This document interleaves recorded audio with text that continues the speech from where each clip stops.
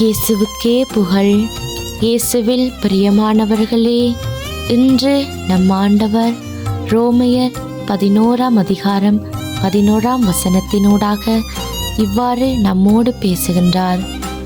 அவர் மீது நம்பிக்கை கொண்டோர் வெட்கத்திற்கு உள்ளாக மாட்டார்.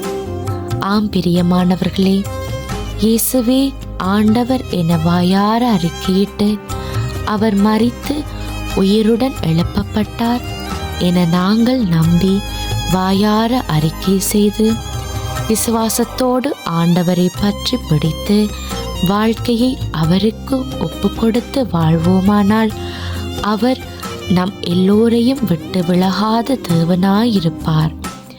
அவருக்காக காத்திருப்பவர்கள் ஒருபோதும் வெட்கத்திற்கு ஆளானதே இல்லை. உங்களுடைய அனைத்து வேண்டுதல்களுக்கும் பலன் கிடைக்கும். ஆபிரகாம் ஆண்டவரையே நம்பித்தான் இருந்தார். அதற்கு பலனாக அவருடைய சந்ததியையே ஆண்டவர் விசாலமாக்கினார். அன்னாள் ஆண்டவரையே நம்பியிருந்தாள். அதற்கு பலனாக மலடி என்ற பெயர் நீக்கச் செய்து குழந்தை பாக்கியத்தை அவளுக்கு கொடுத்து அவளை ஆசீர்வதித்தார்.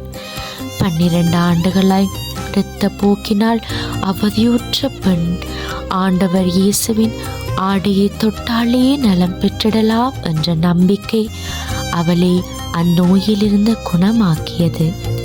பிரியமானவர்களே, ஆண்டவர் இயேசுவின் மீது நம்பிக்கை கொண்டவர்கள் ஒரு நாளும் வெட்கப்பட்டு போனதே இல்லை.